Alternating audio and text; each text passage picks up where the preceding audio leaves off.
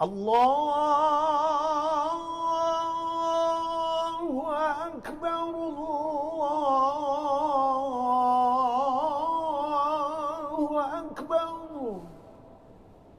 Assalamualaikum warahmatullahi wabarakatuh. Alhamdulillah wassalatu wassalamu ala sayyidina Muhammad ibn Abdillah wa ala alihi wa sahbihi wa mawalah. Amma ba'du fa ibadallah ittaqullah. Kaum muslimin jamaah salat subuh yang dimuliakan Allah dan para pemirsa, para pendengar Radio Baitur Rahman dan RRI di mana saja berada. Kembali kita melanjutkan pelajaran yang lalu, sesi kedua materi yang kemarin, apa yang kita pelajari. Sehingga kita sadar pada apa yang sudah kita belajar di majelis ta'lim atau kita membaca di buku-buku. Setelah kita pelajari dan kita baca, tahu konsekuensi yang harus kita lakukan pada ilmu yang kita pelajari. Jangan sampai ada sebagian orang yang hanya belajar tok. Ilmu itu ibarat hiasan. Ilmu itu ibarat hiasan dalam pemikiran mereka. Sebagaimana mereka membeli hiasan, membeli benda-benda piring atau apa saja, bawa pulang ke rumah, taruh dalam lemari di rumah, jadi pajangan. Ilmu tidak seperti demikian. Sebagaimana yang sudah kita belajar pada hari-hari sebelumnya, ilmu itu baru berfungsi di saat diimplementasikan di dalam kehidupan. Ini kata Imam Al-Ghazali, ibarat kita punya senjata, parang ataupun senapan atau apa saja, itu tidak akan berfungsi kalau kita tidak memakainya, mempergunakannya.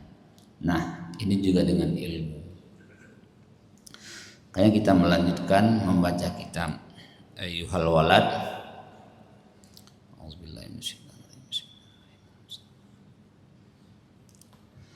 Kata Imam Al-Ghazali, Ayyuhal Walad, al-ilmu bila amal junun, wal amalu bila ilmin la yakun, wa'alam anna kulla ilmin la yab'aduka al-yawma anil ma'asi wa la yahmiluka ala ta'ati la yab'aduka ghadan an-nari jahannam. Wa idza lam ta'mal bi amalika wa lam tudarik al-ayyam al-madiyata taqul ghadan yawmal qiyamah farji'na na'mal salihah ghairal ladzi kunna na'mal fayuqalu ya ahmaq anta min hunak jita. Di lanjutannya, ayyuhal walad, wahai anakku, al ilmu bila amal junun. Ilmu tanpa diamalkan itu gila. Dan amal bila tanpa ilmu layakun, tidak ada sama sekali. Ini kata Imam Al-Ghazali.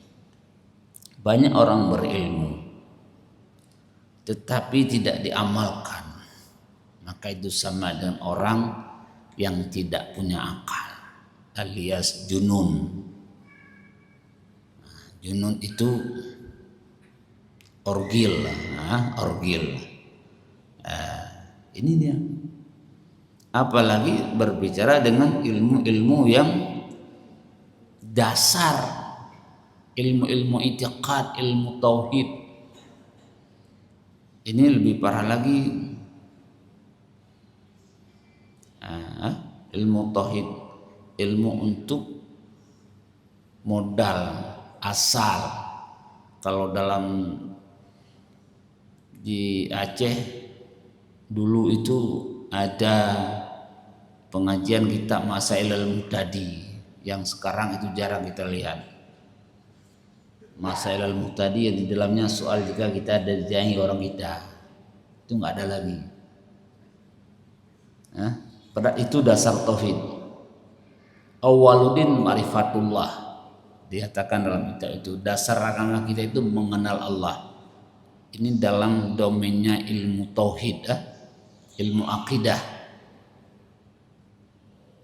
Dasar agama itu mengenal Allah. Kalau kita tidak mengenal Allah, tidak ada dasar agama. Walaupun ada cabang-cabang itu nggak ada. Ibarat rumah itu kita buat pondasinya dulu. Kalau pondasinya kita nggak buat, ya di mana kita mau taruh dinding dan tiang? Nggak ada. Nah, makanya la tasihul ibadatu, dan banyak kita berapkan dalam kitab, la tasihul ibadatu, kata ulama, la tasihul ibadatu illa bima'rifatil ma'bud. Tidak sah ibadah seseorang kecuali dengan mengenal ma'bud. Siapa ma'bud? Tuhan. Tidak sah ibadah. Itemnya ibadah itu ya salat, tidak sah salat, tidak sah puasa, tidak sah sedekah, tidak sah i'tikaf, tidak sah haji, tidak sah umrah. Semuanya tidak sah. Kecuali baru sah itu kita mengenal Tuhan. Baru sah ibadah kita mengenal Tuhan. Pertanyaan sekarang, apakah kita sudah mengenal Tuhan atau belum? Ini jawabannya ada pada kita sendiri, bukan orang lain yang menjawab. Dan nggak usah kita tanya kepada orang lain. Kalau mau tanya saya dengan guru kita. Guru, saya sudah mengenal Tuhan atau belum? Nanti guru akan ada pertanyaan balik, ada diskusi, sehingga kita tahu. Dan nggak boleh kita nggak ada guru. Kalau nggak ada guru dari manusia, maka yang menjadi guru kita adalah syaitan. Kalau syaitan menjadi guru, nggak usah tanya endingnya nanti kita kemana. Kalau syaitan menjadi guru, ya endingnya nanti kita ke nauzubillah misalnya. Tuh. Makanya ya ilmu itu wajib. Dan dengan kita punya ilmu kita belum selesai. Makanya saya sering mengatakan keilmuan seseorang itu, kecerdasan seseorang, intelektual seseorang itu belum menjamin dia sukses di dunia wal akhirat. Belum menjamin dia sukses, dia bahagia dunia dan akhirat. Perlu kita pada pemikiran. Makanya juga sering saya mengatakan kalau dalam falsafat itu ada 4 kategori kita menjadi orang baik. Yang pertama mengetahui, yang kedua menyadari, yang ketiga baru ada implementasi. Kalau nggak ada yang kedua, menyadari, itu nggak ada implementasi, nggak ada pengamalan.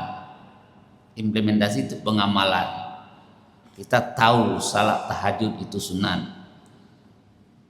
semua kita tahu, tetapi kok hanya sedikit yang kerjakan tahajud. Dalam 1 minggu mungkin 1 malam pun kita nggak tahajud. Padahal kita tahu nggak ada implementasi. Kenapa? Yang kedua nggak ada. Mengetahui, menyadari, kesadaran kita yang nggak ada. Dan kesadaran itu dia abstrak. Bagaimana kita melahirkan sebuah kesadaran? Kita memanggil kesadaran itu wujud di dalam hidup kita, wujud di dalam jiwa kita. Sulit. Karena dia hal yang abstrak. Gak nampak pada kita. Tuh. Yang keempat baru evaluasi. Nah, kemudian wal amal bila ilmin la yakun. Beramal tanpa ilmu itu ya sia-sia, nggak ada. Apanya nggak ada? Ya nggak ada suatu amalan kita nggak ada. Wujuduhu ka'adamihi. Adanya amal itu seperti nggak ada. Capek kita sholat, naik haji, umrah kita ratusan kali, tapi ilmu nggak ada. Ya nggak ada. Apa? Ya itunya yang nggak ada. Apanya yang nggak ada? Ya itunya nggak ada. Ya, dalam falsafat juga atau dalam ilmu mantek itu dinyatakan al-hukmu ala syai'i far'un an tasawwurihi. Al-hukmu ala syai'i far'un an tasawwuri. Mengklaim sesuatu itu cabang daripada mengenal sesuatu. Kita mengatakan sudah salat, antum sudah salat, khalas, tamam, sudah salat. Tahu kamu bagaimana definisi salat? Nggak tahu. Kalau dia nggak tahu tentang salat, bagaimana dia mengatakan sudah salat? Orang akan membeli sepeda kalau dia tahu apa itu sepeda. Kalau dia belum tahu sepeda, bagaimana dia beli sepeda? Sepedanya dia nggak tahu, nanti dia beli motor, bukan sepeda. Nah, jadi sepeda motor. Tuh. Jadi ilmu nggak ada. Makanya Ibnu Ruslan itu mengatakan dalam sebuah syairnya, itu sering kita dengar, wa kullu man bighairi ilmi ya'malu a'maluhu mardudatun la tuqbalu. Wa kullu man, orang-orang yang mengerjakan amal tanpa ilmu. Ini dalam bahasa Aceh ada syairnya, kedua udah lupa. Ada syair dalam bahasa Aceh. Setiap orang yang beramal tanpa ilmu, dia salat. Contoh, dia salat, tetapi dia nggak tahu dia definisi salat. Definisi salat nggak tahu, syarat salat nggak tahu, rukun salat nggak tahu, yang membatalkan salat nggak tahu dia. Antum salat, ya, berapa rukun salat nggak tahu, berapa syarat salat nggak tahu juga, berapa yang membatalkan salat nggak tahu juga. Ini orang ini a'maluhu mardudat la tuqbal, maka amalannya ditolak, la tuqbal, tidak diterima. Tidak diterima. Memang kita tidak masuk ke domain terima atau tidak terima Allah Ta'ala. Nggak usah kita tanya, ya Allah engkau terima salat saya atau enggak. Tugasnya kita sebagaimana dalam ilmu usul fiqh, dalam ibadah itu mustajibian li syuruti wal arkan, supaya diiktidal. Dalam setiap ibadah kita itu ada syarat dan rukunnya. Ada syarat dan rukun. Itu sudah tidak dianggap kita sah, sahih. Hukum syarat itu saya sampaikan pada pertemuan awal kemarin, bulan 1. Rukun syarat, hukum syarat itu 5. Ada 2. Ada hukum taklifi, ada wad'i. Dalam taklifi itu maksudnya sahih, sah dan batal. Ibadat kita harus sah, salat harus sahih, sah, supaya tidak dihitung oleh agama. Kita dicabut, sanksi hukum dicabut. Malaikat tidak tanya lagi, kenapa antum nggak salat? Nggak tanya, yang lili malaikatnya, nggak tanya lagi. Sudah kita salat, apakah ada pahala atau tidak itu yang terserah, itu urusan Tuhan. Yang penting kita sah. Ini ilmu. Makanya beramal tanpa ilmu itu ya wujuduhu ka'adamihi. Adanya pada pandangan kita, tetapi pada hakikatnya itu gak ada. Inilah wajib menuntut ilmu, talabul ilmi faridatun ala kulli muslimin wa muslimat. Ya. Wa'lam, dan ketahuilah bahwa setiap ilmu yang tidak bisa menjauhi kamu daripada maksiat. Kita punya ilmu agama dalam konteks ini, tetapi ilmu itu tidak bisa membentengi kita daripada maksiat. Kita tetap masih berbuat maksiat. Wala yahmiluka ala ta'an, dan tidak bisa mengajak kita untuk ibadat. Ilmu itu tidak bisa menginspirasi kita, memotivasi kita untuk beribadat, untuk taat. Gak bisa. Ada dua dimensi.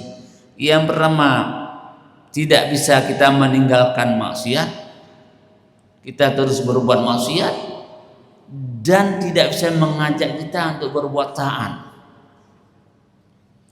La yab'aduka ghadan an-nari jahannam. Ini jawabannya. La yab'aduka, maka ilmu itu tidak bisa menjauhkan kita daripada neraka jahanam di yaumil kiamah. Tujuan kita berilmu menjadi baik, menjadi hamba Allah. Dan tujuan kita belajar ini untuk kita, titik akhir kita nanti di surga, bukan di neraka. Itu semua kita yang berakal, ini kita sebut berakal, walaupun agama entah ini parah juga, agama entah menganggap kita berakal atau tidak, karena agama itu Allah dan Rasul kadang-kadang menganggap kita kayak orang tidak punya akal. Walaupun kita marah dikatakan, antum nggak punya akal, antum gila, itu marah kita dikatakan oleh orang. Tetapi esensinya kita ini dalam penilaian Allah itu kadang-kadang demikian. Tahu kita dengan kita belajar. Kalau nggak tahu ya kita enjoy saja. Malah sebagaimana kita sampaikan kemarin, ada di antara kita yang menganggap bahwa sudah layak menjadi isi surga, naudzubillah. Sudah layak, padahal belum layak sama sekali. Kalau bahasa Aceh muka tape, muka tape.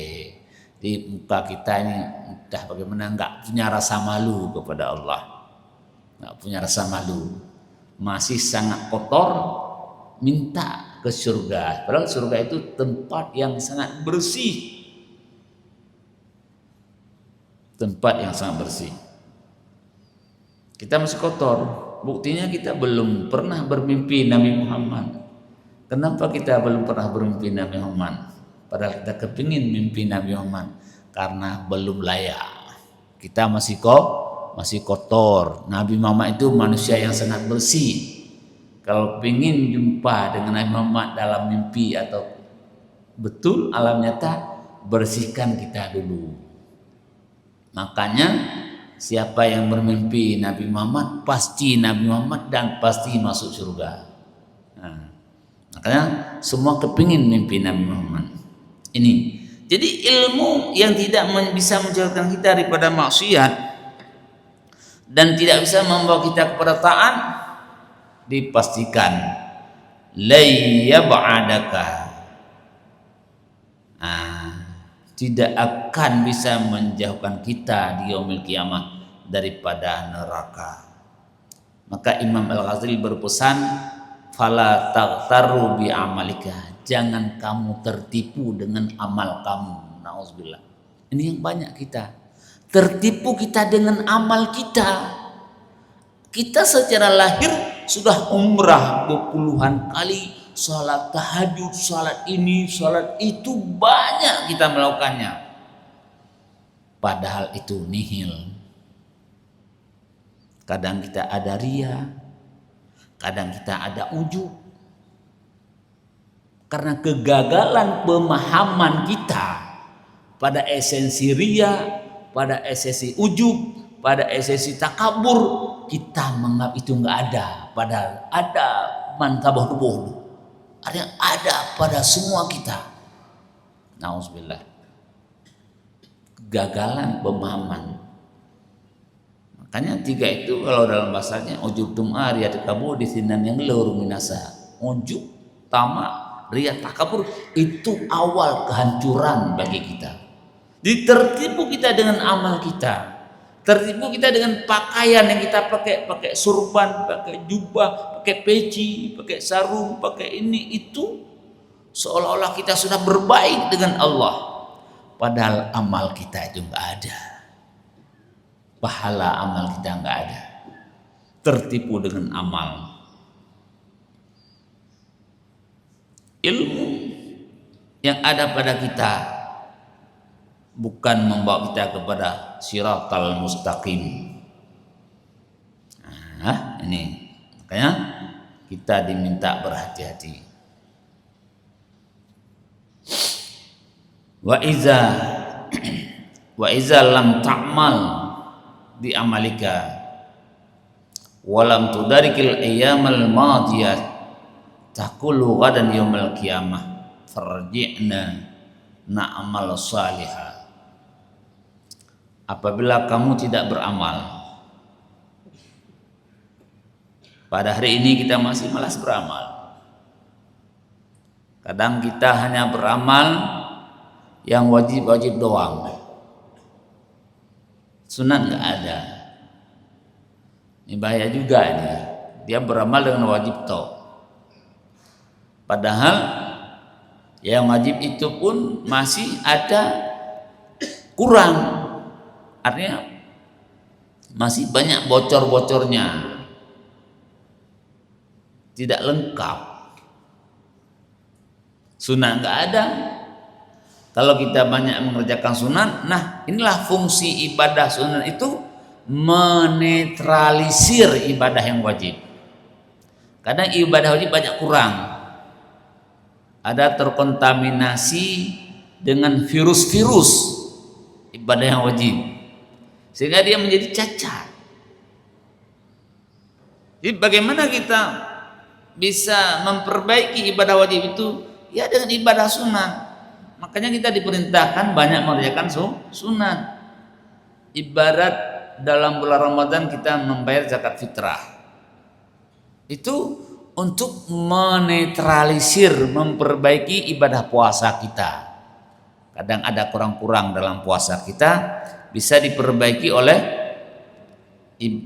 zakat fitrah. Ini juga apabila kamu tidak beramal dengan amalan kamu, walam tudarik ayyamal madiyah, dan kamu tidak memperbaiki hari-hari yang lalu.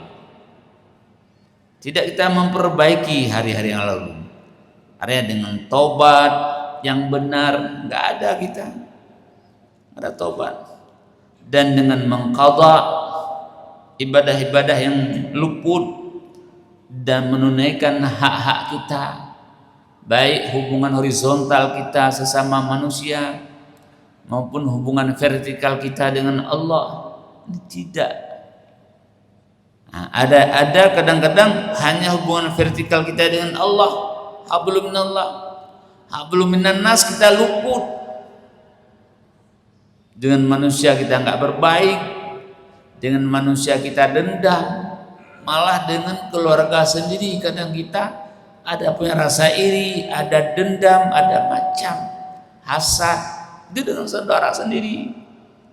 Ini, jadi kita walam tudarik ayyamal madiyah, tidak memperbaiki masa lalu kita.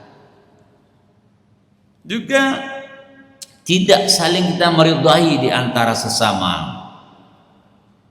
Nah, ini nggak ada pada kita. Luput kita tentang hakul adamin dan hakullah. Maka ini akan terjadi nanti pada kita. Apa yang terjadi? Taqulu ghadan yaumal qiyamah farji'na na'mal salihan. Engkau akan mengatakan, berkata nanti di yaumil qiyamah, Apa yang kita kata? Ya Allah, farji'na, kembalikan kami sebentar saja ya Allah. Ini kita penyesalan terakhir, naudzubillah. Ini yang kita menangis, nanti betul-betul kita menangis. Maka orang yang tidak menangis di dunia, dia akan menangis di akhirat. Menangis, menyesal. Tidak akan bahagia di yaumil qiyamah, selalu dalam penyesalan, kekecewaan yang ribuan tahun selama-lamanya. Maka kepada kita jamaah, kalau kita tidak ingin menyesal dan menangis di yaumil qiyamah, ayo kita menangis di dunia. Curahkan air mata dosa di dunia. Bangun jam 4, jam 3. Karena untuk memadamkan api neraka bukan dengan air biasa, tetapi setetes air mata dosa, setetes air mata dosa dapat menghilangkan, dapat memadamkan api neraka. Setetes air mata dosa, air mata dosa, air mata karena mengingat dosa, bukan meninggalnya istri, bukan meninggal suami, bukan menangis karena hilang mobil kita, kereta kita, bukan itu. Air mata karena mengingat dosa. Menyesal di dunia, insya Allah di yaumil qiyamah bahagia. Kalau kita tidak menyesal di dunia, akan menyesal di akhirat. Kita mengatakan farji'na na'mal salihah. Ya Allah, kembalikan kami sebentar saja ya Allah, na'mal salihah, kami akan mengerjakan amal yang saleh. Tetapi itu ibarat nasi sudah jadi bubur, tidak akan pernah jadi nasi kembali. Ghairul ladzi kunna na'mal, kami betul-betul akan beramal nanti. Akan beramal. Fayuqalu, maka dikatakan bagi mereka. Ini ada riwayat yang mengatakan itu malaikat. Apa dijawab oleh malaikat? Ya ahmaq, anta min hunak jita. Wahai orang yang tuli. Tuli kita. Tuli. Namanya apa saja? Gle. Urung gle. Itu panggilan. Wahai orang tuli. Dan balik kadang Buddha lagi. Na'udzubillah. Anta min hunan. Engkau di sana. Engkau di sana. Kenapa minta lagi sana? Takkan pernah terjadi. Anta min hunak jita. Engkau di dunia. Kenapa kembali ke dunia? Gak ada cara kembali. Ini. Auzubillah. Makanya bahkan itu terjadi sebelumnya di kita sakratul maut. Sudah kita ceritakan pada beberapa pertemuan yang lalu kan. Innallaha yaqbulu taubatal abdi malam yugharghir. Ini hadis. Allah menerima taubat hamba sebelum gargarah. Apa itu gargarah? Roh kita di tenggorokan. Ada riwayat roh kita keluar daripada ubun-ubun. Kalau tanya di mana roh sekarang, kita nggak tahu juga. Di mana nyawa kita nggak tahu. Pokoknya dalam riwayat roh itu keluar daripada ubun-ubun ini. Makanya dalam kita berwudu, sunnah kita menyapunya di sini, niat ya Allah, mudahkanlah keluar roh kami. Di saat roh di tenggorokan itu malaikat Israel ada politik sikit. Dia transit sebentar transit roh nyawa kita di sini hanya sebentar.